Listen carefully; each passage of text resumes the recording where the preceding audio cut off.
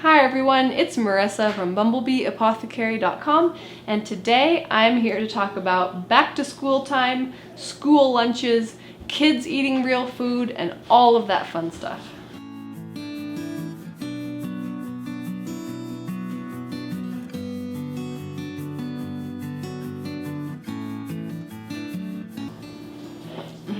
We can use it for like a thumbnail. So around here it is, let's not start with okay. Okay, anything else about what we do for food? Be in charge of themselves. I was talking about how, where was I? Make things that look just exactly like junk food, but they're actually better. Okay. And they taste like junk food, but not as junky. Yeah. So around here is back to school time. We are heading back to school, which means packing lunches. So I'm here to talk about that, what we do for school lunches, and just kids eating real food in general. So for lunches, we keep it really easy. We keep it very simple. We usually have leftovers from the night before. So we have a variety of things that we use when we try to stay away from plastic. We have these stainless steel lunchbox containers. They have the little divided section inside. You can get these in a variety of sizes and different options for dividers depending on what you want. A thermos is a very important part for putting food in so that it's staying warm, so that we don't need to use a microwave. And then we also have these little dip containers for bringing smaller amounts of something that you don't want to have get all over the rest of your food in these containers. I'll have these all linked in the description box if you want to find them. But that's what we generally use for containers, and we'll just fill that up with what we have from the night before. So it'll be things like meat, vegetables, some fermented food, properly prepared grains, starches, fat, depending on what the meal was, just kind of covering all the bases, similar to just what dinner was. If we had soup, then we will heat it up in the morning and put it in there so that it's nice and warm and stays at a safe temperature and then is ready to eat at lunchtime. If we have dips like homemade ranch dip or liver pate or something like that, we will put that in here. Sometimes we'll do something different, like for when kids are not on gaps, we'll do like a sandwich. Usually we'll try to stick to things that have fat and protein like meat, cheese, mayonnaise, things like that. And that's what we do. That's what we've been doing the whole time. My kids like it. I try to keep some things in mind, like when they're at school, there's usually a lot of colorful things that other people have, packaged things, crinkly wrappers, and bright colors. And so some of the things that I try to do are to include fun things. I don't go overboard and make it hugely complicated or anything, but I try to include some fun things. Like fruit is usually our go-to kind of fun treat thing to include in lunches, so we'll do like the little tangerines, we'll do apples, grapes, things like that. That way, if it's something brightly colored and like a fun thing, because for us, fruit is like a fun treat kind of a thing, then that helps it be nice and fun for them, because then they have something too. I will not send dessert type items every single school day, because we like to keep dessert treat type of things as treats and not have them all the time. But what I will do is I will have them on a regular enough basis to help it be fun too, because a lot of other people have things like cookies and bars and different things in their lunches. And so like maybe most Fridays or something, I'll try to include some type of a treat type of a thing in their lunch. Also, what I have is a container at school with treats in there. So I have homemade cupcakes, cookies, homemade donuts, popsicles, things like that in a freezer in a container at school. So I like to know when they're having special treats and different things so that I can be like, okay, yeah, that's fine, or here's a substitute, because we're not really doing that. So in case there's like surprise things or somebody forgot to tell me or whatever, then they're ready with their own treats at school that they can go grab when there's other stuff being passed around that they wouldn't feel good after eating. So my kids have all had their own different GAPS journeys. Some of them have had to be on the GAPS protocol for longer than others. Currently, they have all transitioned off and are eating a full Nourishing Traditions Weston A. Price style diet.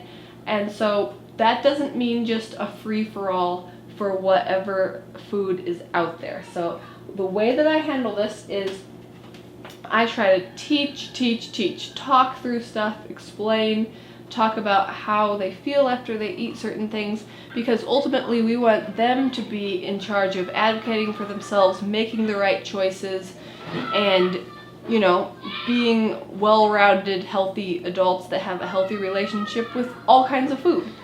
So I have talked about this some already in other past videos. I have an interview with Lauren Meadowsweet about it. I have some other videos where I've talked about kids and real food and gaps and all this kind of stuff. And what I like to do is talk about how, like, everybody has their own health journey, right? Other people may not understand why we do the things that we do with food because they haven't been through the same journey. And that's okay. We don't all need to be eating exactly the same way. Different people have to make different choices based on what's best for them when it comes to food. We don't have to worry about what anybody else is doing. We know what's good for us. And they talk a lot about, like I said, how do you feel after you eat certain things? They help make a lot of the food so they know, like, why we choose different foods versus other ones, how the food is made, which gives them a nice connection with it. But basically just learning that even if you're with a group of people, you know, at a school like the setting is, or any kind of group of people, there's a difference between fitting in and belonging. Fitting in is like a less mature, like thinking that everybody has to do everything the same way. And belonging is being part of something that's bigger than just me, but also being myself, being the unique person that I am with unique needs. You know, everybody being respectful that we're all individuals and we're all different, we all have different needs.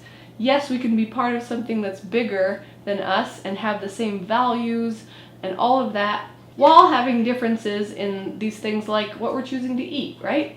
So helping them to realize that you can belong somewhere. You don't have to fit in. Everybody doesn't have to be the same in everything and try to fit in and be exactly carbon copies of each other, but you can belong somewhere and be yourself. Be the unique individual that you are. So those are some things that I like to talk to them about. And then when it comes to actually eating food, this is such an individual thing as far as the balance that everybody will decide to do for themselves, and it can change as a person's healing journey changes. But for example, some things that we've done in the past are when somebody had like eczema that they had to deal with, or not feeling good, or something like that. Whatever reason they had to be on GAPS, behavioral stuff, developmental stuff, skin issues, any of that kind of thing where they needed to be on GAPS and work through this, then you have to be strict for a certain amount of time to work through that health issue and get past it. So sometimes there is a need to just be strict and not eat anything other than what you know is helpful for a time. Thankfully, a lot of people are able to do that for a short set amount of time, whether it's shorter or longer, just depends, it's very individual, and then work away from that and be able to be more relaxed after the healing has happened. That's very typical. Most people are able to treat GAPS, for example, as a temporary healing diet and then come off of it and have a wider variety. So that's been our family's experience, where we have gone through those very strict times where we're like, we are eating just what we are bringing. We're making it delicious. We're making it variety, interesting treats. We're doing everything, right? But we are just eating what we're bringing. We're not eating something from a restaurant or a dessert with powdered sugar icing or something, just because that's not going to help within our situation. But then later, when we're able to transition off, then sometimes we can loosen up a little bit and we can say, okay, it's a really fun once a year school picnic or something like that. We're going to go ahead and eat the food that's there. It's going to be fun and you enjoy it. Sometimes there's learning times to talk through, like if somebody had more desserts than they should have and they got a tummy ache, talk them through it, teach about it, treat it all as a learning time. What I like to do is not develop into any type of a food complex or anything where there's like this stress around food or anything like that. It's more just like we're making choices. What's going to serve our body well today might be different today than the next day, but we can choose, right? There shouldn't ever be pressure to eat something that isn't a good idea just because everybody around you is doing it, right? So I like to just talk through all this, empower them, give them all of that information, and teach and guide and help them be able to make good decisions. while also learning that balance in life. Like, it's good to enjoy things and have fun at special occasions and things like that. It's not good to think that we need a sugary dessert every single day. You know, those kinds of things. Do you want to talk a little bit about eating at school and different things? Like, what kind of things do you like to bring for your school lunch? What are some of your favorite things to bring? An orange. You like to bring an orange? Mm-hmm. Okay. I like grapes. Grapes? And I like sandwiches too. Sandwiches, okay. That's nice. So that can be fun to make things that are similar. If you see things that other people are eating, you can make something like that at home, and then you can enjoy it. And I wanted to make those gummies made out of beet juice. oh yeah. I really like those. Okay. Those gummy worms you made once. I like to bring those to school. Those were fun. Yeah, we'll have to do some more of those. We've done gummies, gummy worms, cupcakes, donuts, cookies, popsicles, those honey candies we've done. We have those little peanut butter cups and mint patties that we have. Those are fun too. Also, we have a prize jar, right? So if there's candy being handed out that isn't something that would be great to be eating a bunch of, you bring it home, you put it in a prize jar, and when it's full with candy, then you get to trade it in for a toy. What kind of things do you like to bring to school for lunch? You don't know? Has it been a while? Because you've been out of school for a while, so you kind of forgot? Yeah. Okay. So we would usually put in what we ate for dinner, right?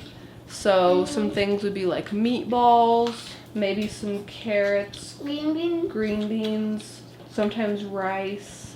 Oh yeah. You sometimes would have like a hamburger, like a half of a hamburger. Sometimes we'll send soup. What's your favorite thing to eat at school? Like my desserts. Your treats and desserts and things? Muffins. Muffins? Yeah. What are some of your ways that you help when it seems like other people are eating different stuff than you have? What has helped you with that? You know those things that you make. The treats that we send along? Mm-hmm. Okay. Can you think of anything else that has helped you, like, listen to your body really well and make good choices for food?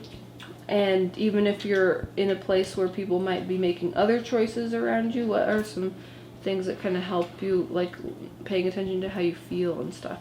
Well, the toys are much better than the old junky candy. And toys last. Yep, eating nourishing stuff helps you feel good, huh? How about you? You don't go to school yet, but when you do, what kind of things are you going to want to bring to school to eat? Muffins. Muffins? Mm-hmm. Okay.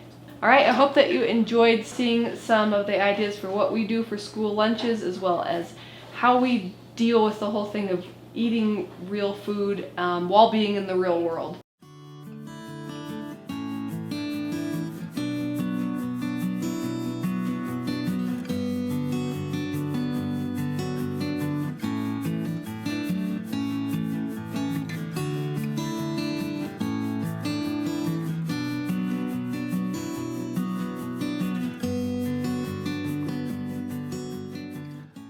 Check out that description box for links to the lunch containers that I showed, as well as different resources that I have for helping with kids on gaps, meal plans, different things like that. I also have free ebooks and other goodies down there.